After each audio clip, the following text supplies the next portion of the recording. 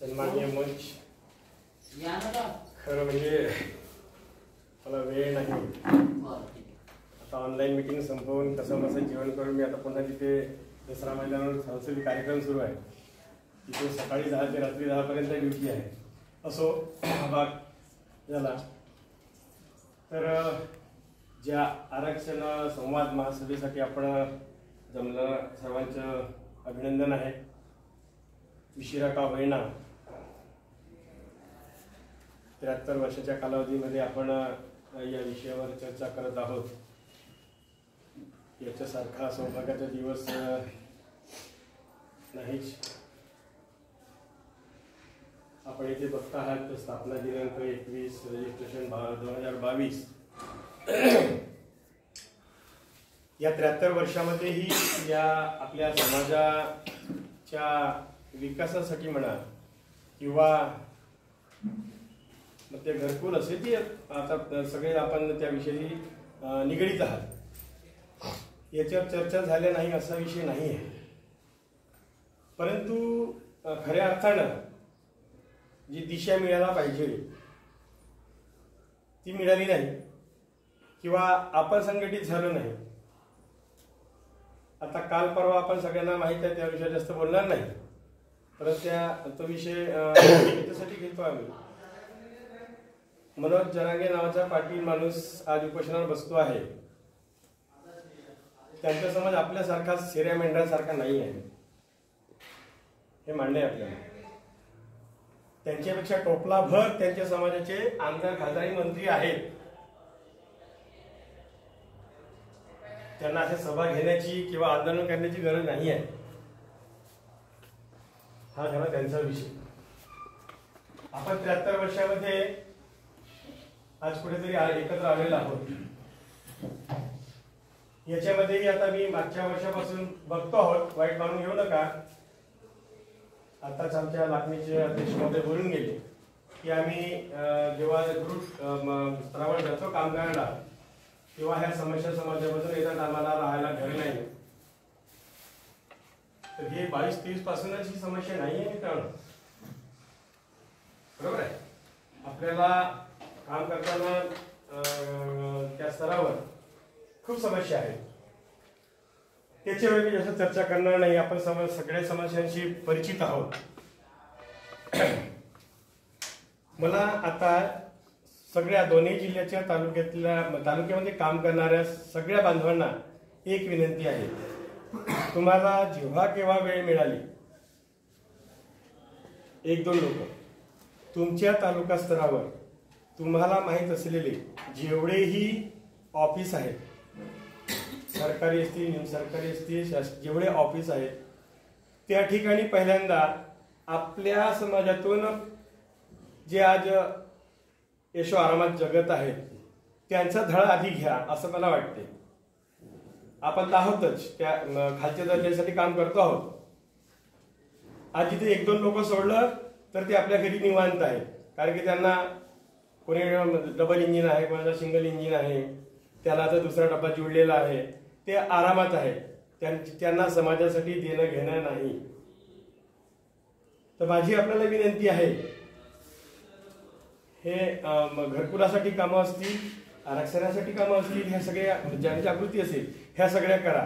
परंतु जे आपल्यातून गेलेले, जे झोपलेले आहेत त्यांना सुद्धा आता त्यांच्या ऑफिसमध्ये जाऊन होऊ द्या संबंध खराब करापुरतही नाही, पण त्यांना जागा करा. ते शिकलेले असून त्यांना आज आपल्या याची समाजाची अवस्था समजत नाही, याच्यासारखं दुर्भाग्य नाही. म्हणतात त्या उकिरड्याचे सुद्धा काया पालट होते. उकिरडा समजते सगळ्यांना, कचरा कुंडी आपण, त्याची काया पालट होते वर्षभरातच, बरोबर आहे. वर्षभराचा पुण्य नेऊन टाकणे आणि मग मे-जून महिन्यामध्ये बांधे टाकणे, त्याचंही उच्चाटन झालंच ना. आपला 73 वर्षापासून आपला कचरा कुंडी तशीच आहे. तिथून 1-2 असे पौधे निघाले, ते गेले, आरामात आहे. तर माझी सगळ्यांना कार्यकर्त्या बंधू भगिनींना विनंती आहे, अशा लोकांना सांगा पुढे आणा, सोबत घ्या आणि थोडीशी ताकद आपल्याला पुन्हा वाढवावी लागेल. समिती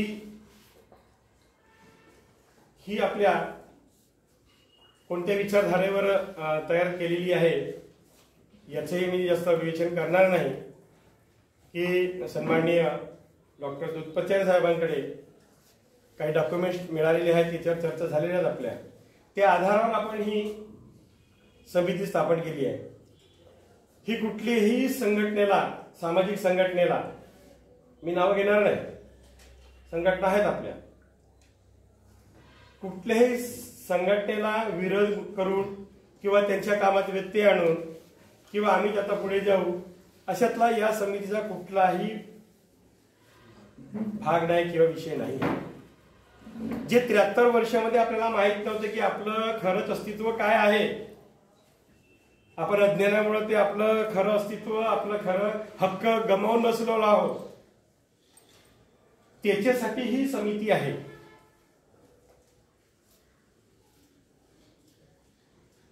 आज घरकुलाचा विषय 73 वर्षापासून ह्या 2 वर्षातच घरकुलाला एवढा जोर आला, काही विकास समितीमुळे नसेल आला किंवा कोणत्या याच्यामुळे नसेल आला. ठीक आहे, चांगली गोष्ट आहे.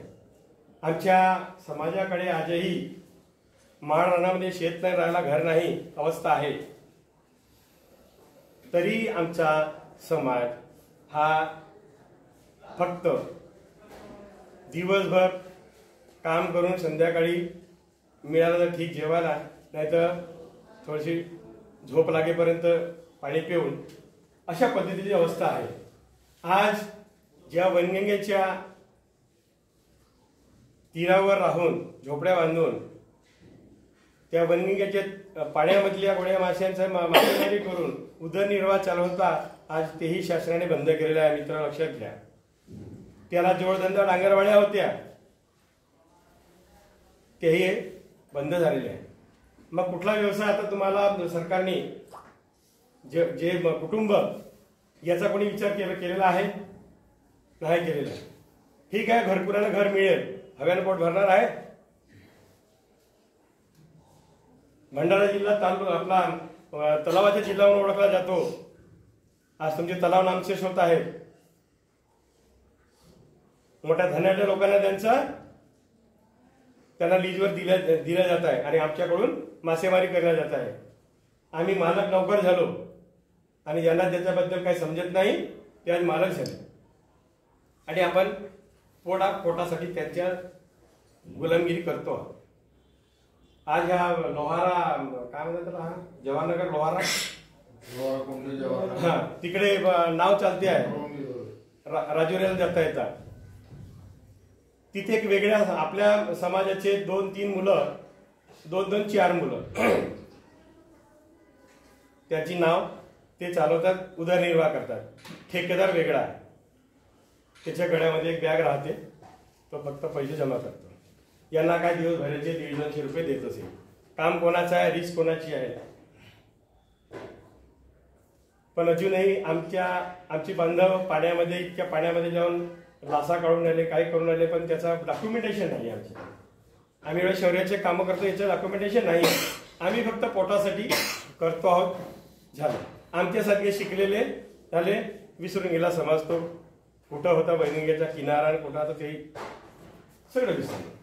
सांगायचा मुद्दा असा आहे मित्र हो की आपल्या दोन्ही जिल्ह्यामध्ये किमान सगळा समाज आणि समाजातून जे पुढे गेलेले आहेत या सगळ्यांचा कुठेतरी एकोपा येईल आहे.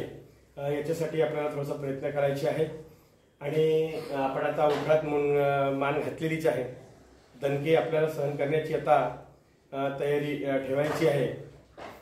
तर ह्या सगळ्या बाबी लागणार आहेत आपल्याला, कारण की आपल्याकडे जसं मी मगाशीच म्हटलं जरांगे पाटलासारखा जसा बॅकअप आहे तसा आपल्याकडे काही नाही. आपला ना एकही आमदार आहे ना एकही खासदार आहे. आता आपण म्हणतो महाराष्ट्रामध्ये NTचा एक तटपुंजा हे घेतो आहोत. आपल्याला माहिती आहे अभ्यास करणाऱ्या माणसाला अ ब कडं आहे त्याच्यात, बरोबर.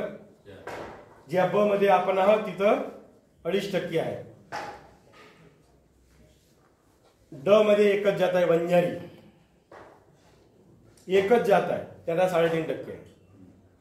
अ मध्ये 3 जाती आहेत आणि त्यांचेही खासदार आहेत. राठोड असतील, अमुक असतील, तमुक असतील, खासदार आहेत. महात्मे साहेब ते धनगर सी ग्रेड याचे म्हणजे का अब्बा गटामध्ये सी याचे धनगर ते आहे. आपला आमदार दाखवाय का? आमच्या पंचायत समिती सदस्य यायला तयार नाही. इथून आमची अवस्था आहे. ह्या बाबीवर विचार झाला पाहिजे. आपल्या माणसाला समोर आणलं पाहिजे. आपल्या काही गावामध्येही सरपंच झाला, त्याला मोटिवेशन करा. त्याचे खेकड्यासारखे पाय ओढणं सुरू. हा केव्हाचा झाला, हा का सांगायला आम्हाला? असं नाही. समाजाला खऱ्या अर्थाने जागृत करायचं आहे. आपल्या समस्या शासनापर्यंत पोहोचवायच्या आहेत.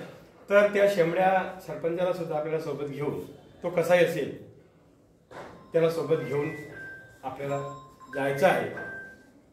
तर हे खेकड्याची पद्धत कुठेतरी आता बंद झाली पाहिजे.